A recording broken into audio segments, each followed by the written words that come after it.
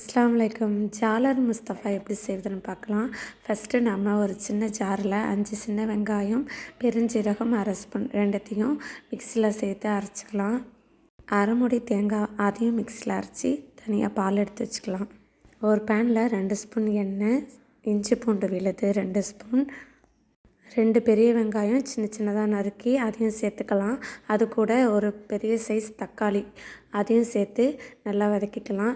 இதோட மசாலா மஞ்சள், ஜீரகம், மிளகு, மிளகாய்த்தூள், சிக்கன் மசாலாத்தூள் எல்லாம் 1 ஸ்பூன் போட்டு அது கூட நம்ம அரைச்சி வச்சுருந்த சிக்கனையும் சேர்த்து ஒன்றா கிளறி விட்டுடலாம். ஒரு பாத்திரத்தில் தேவையான அளவு மைதா மாவு, சிறிதளவு உப்பு, ஜீனி, 2 முட்டை சேர்த்து நல்லா மிக்ஸ் பண்ணிக்கலாம். இதோட நம்ம ஆல்ரெடி அரைச்சி வச்சுருந்த வெங்காயம், பெருஞ்சீரகம் சேர்த்துக்கலாம்.